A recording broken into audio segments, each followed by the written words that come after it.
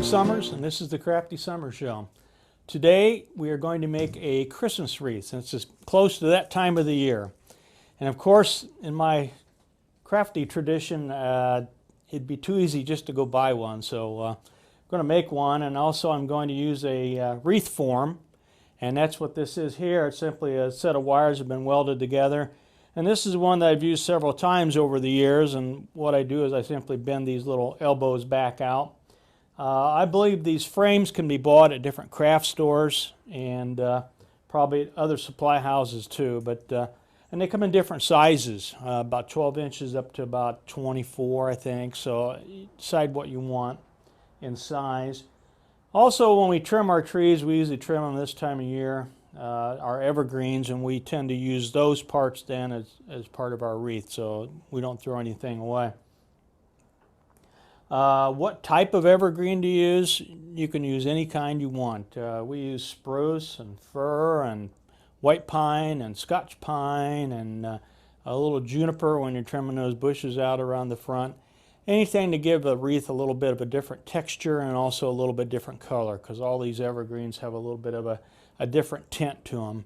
And also not the petals, but the needles are a different length and a different size, so that adds a lot of contour to the wreath form itself. The tools I'm going to need, obviously I need a wreath form. So just simply a pair of pliers, doesn't matter what size, a pair of hand cutters, and that's what we use to cut the evergreens with. And then I also use a little piece of pipe. Well, this happens to be out of an old lamp, but it fits over the arms of the wreath form like this, and then I use this to bend those in to tighten down on top of them. It's a pretty simple process. You simply layer it in and you just go around the circle. Once we're done, then we add more boughs for texture and shape and try to get a different design in. And after that, you can add about anything you want to it to give it a little bit more shape or color. So, those little glass bulbs or pine cones or bows or anything like that. So in order to get started here, first thing I always wear gloves, because the pine boughs have a little bit of tar in them, and I don't want to get those on my hands. And I put a piece of plastic over the tablecloth I'm using for the same reason. And then we just simply get started. I'm going to put my gloves on here to start with. And I have, if you look around here, I have different piles of pine boughs, and there are different types of pine trees. So I simply have everything laid out, and I try to cut it about to the size I need before I started, so the process can begin. So once we start this, I'll be moving around, picking up different ones, and see what works best. On my wreath frame, I try to go in thirds, where I have a third of one particular type, a third of another, so on and so forth. So, and it's all up to you on how you want it to look. So we'll go from there. First thing I'm going to do is take this type of pine tree, and I'm going to trim some of these limbs off. And you're kind of grading it, decide which ones you want to use, which ones you don't, if they're big enough. And yeah, we'll take that one there. Right, go in the trash. Okay, I need something about this length or a little bit longer here. It's about 12 inches. And this here happens to be a Scotch pine. So all I do is simply lay this inside these little fork devices here. And I want to put a nice selection in there. Get it as full as I can. And that is determined, I guess, by the type of wreath you want. If you want it really full and wild looking, or you want it to be very controlled. So you decide. Okay, one more in there. Now, if you can zoom in on this, right here is one of these little wires sticking up out of the wreath form. Can you see that? Okay, I'm simply putting my pipe over the end of that, and I'm going to bend it down. And what that does is clamp it down on top of the pine boughs. And then I go to the other side. And I leave it like that, and that pretty much holds that in place.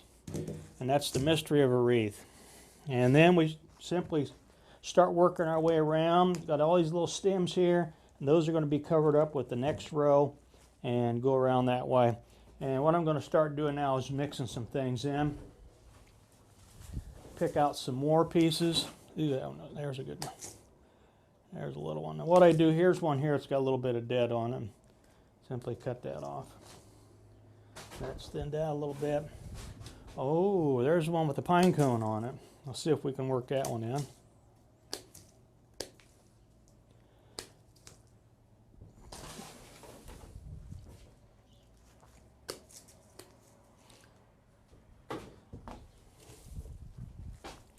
Here's a little bit of a spruce here. Cut those pieces and start adding those to the mix.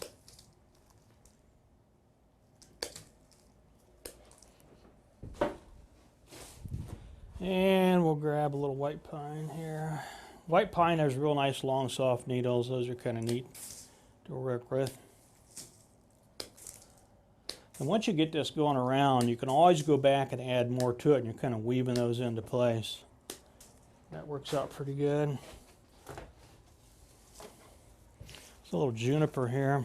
I'm simply getting a little bit of a stock lined up that I can use. I don't want to use too much of this, but you got to have some.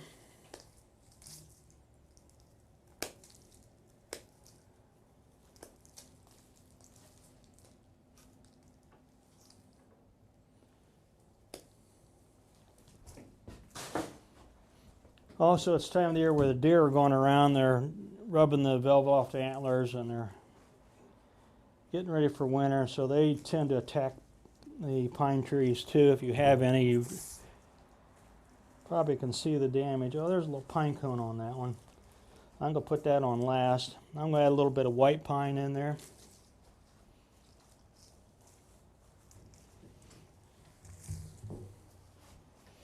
Yeah, hold on. Get some different textures going here. My table's a little wobbly here, so you have to forgive me. Okay, take the old pipe, bend that one in place. And like I said, at the end of the season, we tend to we'll save these wreaths and then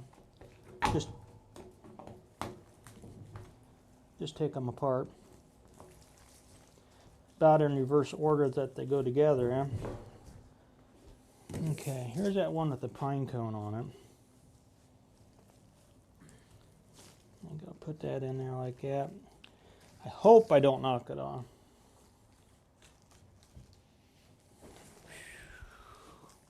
Okay, now it's starting to build itself around.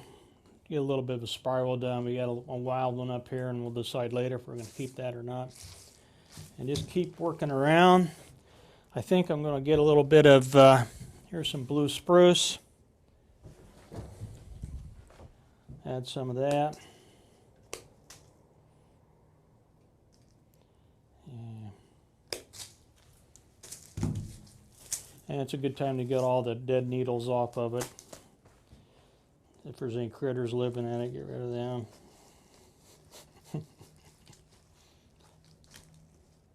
Sometimes the accent ones, like the blue spruce, that really add a little bit of color to it, I wait till the very end after I'm done, and then thread those into the wreath. I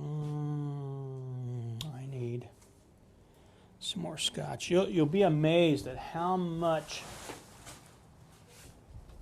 or how many of these pieces of pine that you're going to actually use in a project like this. And after you bought your tree and you cut some of the lower limbs off and you use those up, you think, wow, where'd they all go? They get used up pretty quick. And once again, I make sure all the little stems are inside of those two metal pegs. And then I think this little pipe really works well. There are machines that you set these in and you have a foot pedal and you push it and it crunches them all up, but obviously the Crafty way wouldn't be as easy as that. Now let's see, there's one that hasn't been bent in yet. Okay.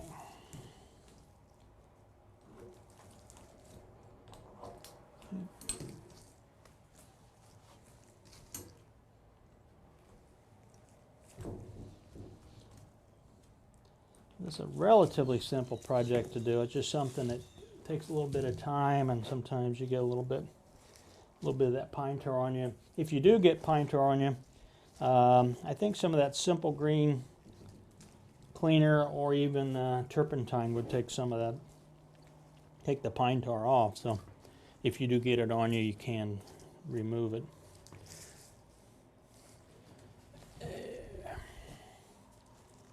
Okay, working our way around, using up all this stuff.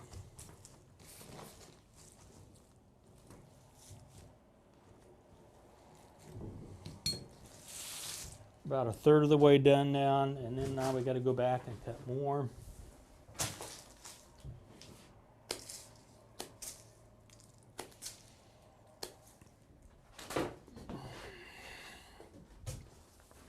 Time for some white pine. Now if you get something that's like this where it's really bent way out, all you got to do is grab it down here and just bend it in a little bit and change the shape. Because once you get it inside the wire form, you can lock it in place. Where's my tube at? There it is. The only problem I can tell with using these wire forms over and over again is eventually some of these little pieces will break off because they've been welded on and they don't hold. But you can get 2 or 3 years out of them. It's just the fact that you got to store them. Get that to stick out a little bit. And don't worry about the pattern that you're getting, because once you're done, if you hang this up and look at it, then you can always go back and add a little more. You can even trim some off. Get rid of some of the things that don't look quite right. Oh, there's another pine cone. Look at that one there. Oh, look at that. Oh.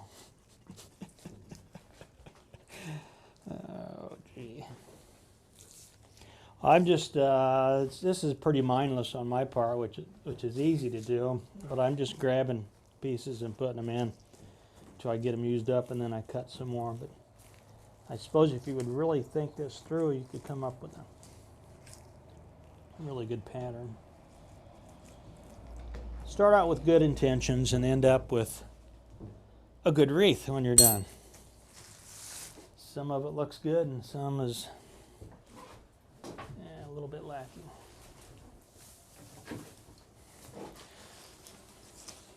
Probably wouldn't be too good idea to do this in the house just because of the pine tar, but boy, it sure has a great fragrance to it.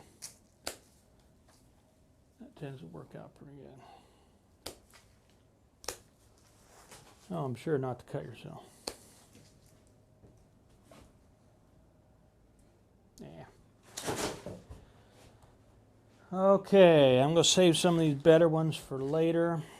Gosh, I want to use that blue spruce. I'm going to put just some scotchy in for filler. Scotch pine.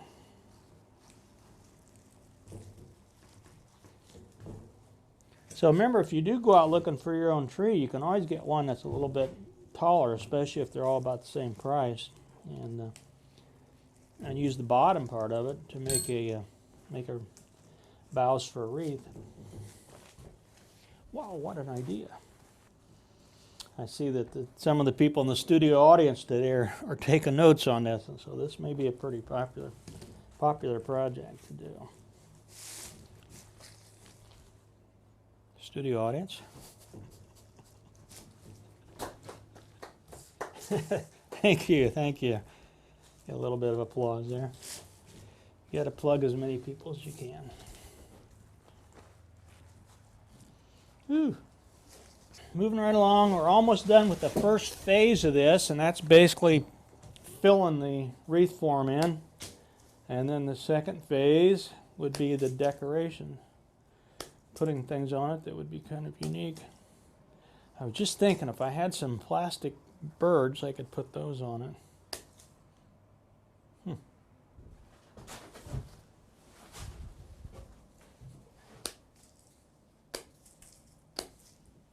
The one thing we've noticed about when we put our wreaths out, especially with these ones that are fussy, is usually the ones that we hang on the garage is that the birds, especially the smaller birds, tend to get in them at night, and they use that as a little bit of shelter, so it becomes a little bit of a habitat and gives them a place to get in out of the weather. Probably a little bit of protection at night too from the other critters that are around. Okay, now I'm getting to the point now where I'm coming around and I'm hitting this part here, which is the first section I put in. So all I'm going to do now is take these pieces and weave them in underneath what's already there.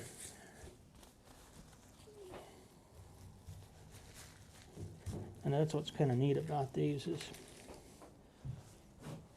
they all hook together. I need, yes, oh yeah, I lost my cutters.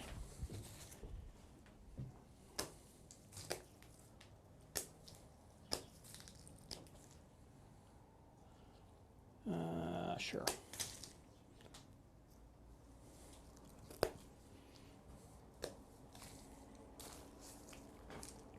Okay, it's probably hard to see. I got everything laying around. Let's move it out of the way.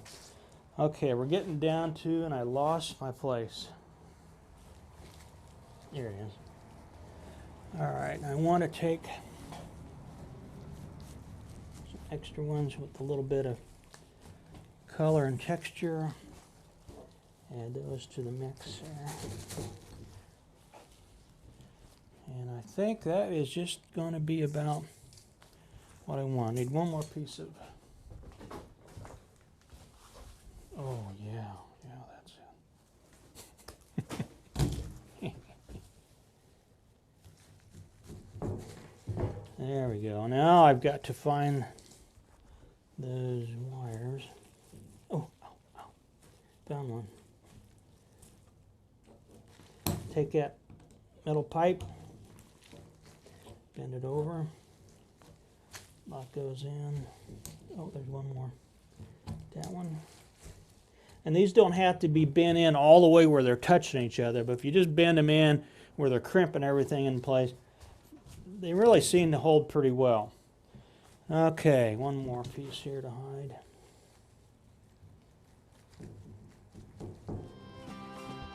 Okay, so here is the basic wreath, like that. Kind of a wild one, a little bit on the hairy side. Looks good. Okay, we're going to pause for a break, and then we'll be back in a few minutes. Well, welcome back from the break, and as you see, we've mounted the wreath on a tripod so you can kind of get an idea of what it looks like.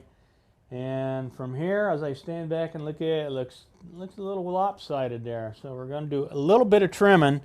Take off the thick stuff on one side, and in this upper corner here, right here, it looks a little bit thin, so we'll take some off down here and add a little bit here to try to balance it out.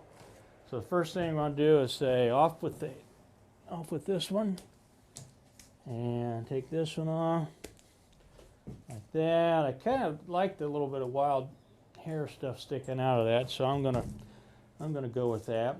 Take a little bit of blue spruce here and kind of review the different types of boughs we have. And you can use all the same kind if you want to, but we have blue spruce and Scotch pine and white pine, and or should I show them to you? This here is blue spruce. Got a little bit of a blue tint to it. And this is just a regular spruce, like a northern spruce. And this here is white pine. Has long needles, usually two of them together. These are Scotch pine, and there's a lot of different varieties of Scotch pine. This particular variety is called French. And then we have some here. We have big long ones. These are juniper bushes, and these are low-growing evergreen shrubs, and we happen to trim some out this year, so that's what this is. And I think, what else do we have? That's about it. So we're going to see if we can give this thing a little bit more shape or definition to it.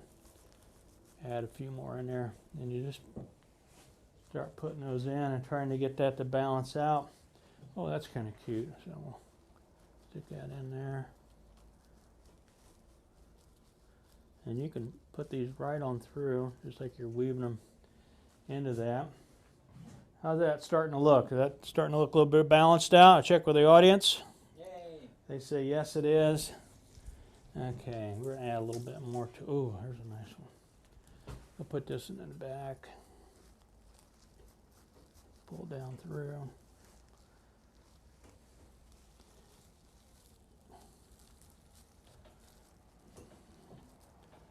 Put that in there. Okay, I think I need something right here. And of course, without my glasses, I can't see anything anyway, so it doesn't make any difference. But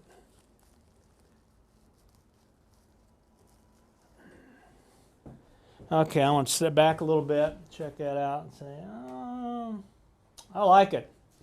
Okay, the next phase of this is kind of decorated a little bit, and you have to decide what you want to look like, the outdoorsy part or the indoors with the Christmas and the bulbs and the red and all that. So I'm going to go, of course, outdoorsy because I can get stuff for free here. I got picked up some pine cones here, and I got these right here. Still have a little bit of needles in them. These are Scotch pine, and these here I believe are spruce pine cones. And if you shake them a little bit, sometimes the seeds will come out of them or other things, so clean them up a little bit. And I think if we put these in groupings of 3, they should work out okay. I got a little bit of wire here. I have a spool of real fine wire, so that won't show up, and I'm gonna cut wire. There we go.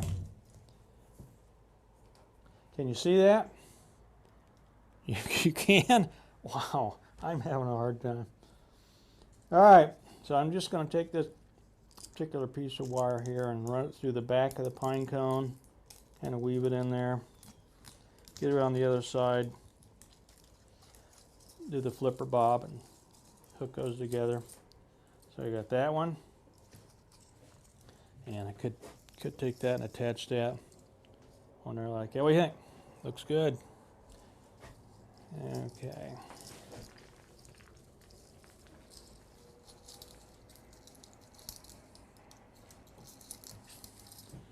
Okay, we got one. Just put another one on there.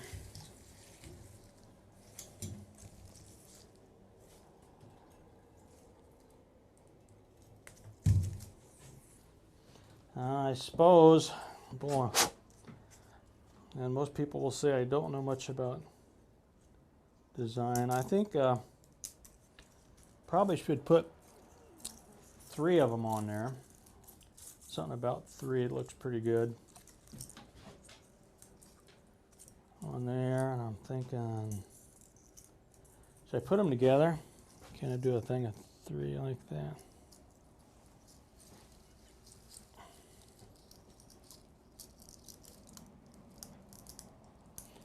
This wire is so fine, once you put it on there, you can't see it, and I wrap that around like that, and probably do one more. Well, wait, should that be there, or should it be up? Should I put that up? I don't know. Now I got a problem. I don't know where I should put that in. Anyway, I'm sure someone will write in and tell me where I should have anchored those pine cones.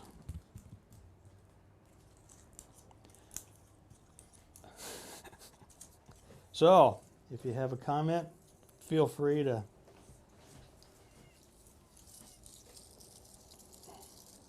let your feelings be known. Okay, what do you think? I think it looks pretty good. And what else we put on there? Now, if I don't like that there, I could put those up there like that. Oh, there's that one. Look, there's that one down there. Trying to figure out where they'd look best at. Now it looks a little flat up here, and I need to add. Gosh dang it! We'll just add a little bit up here.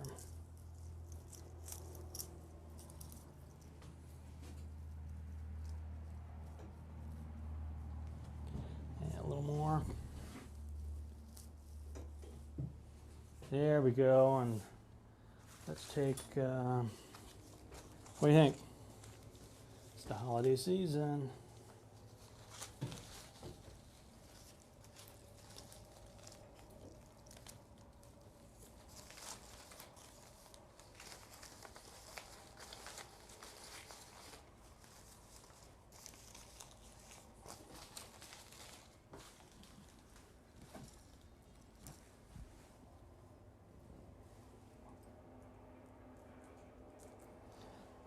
Set to the back.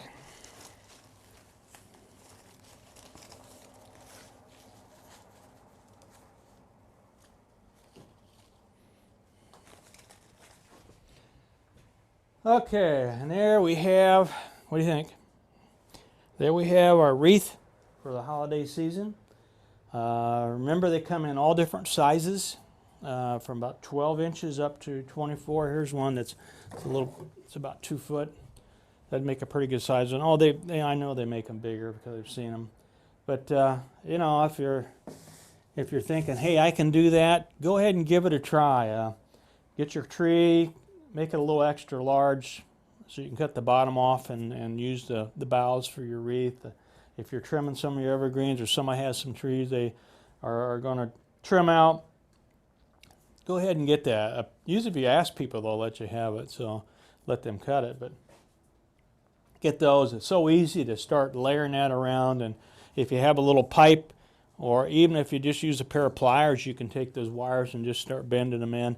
And you're doing it yourself then, and you come up with a pretty good project. So you take some things that you have extra laying around, or if you want to start looking around now for next year, those yard sales are great places to go to find the things that you need.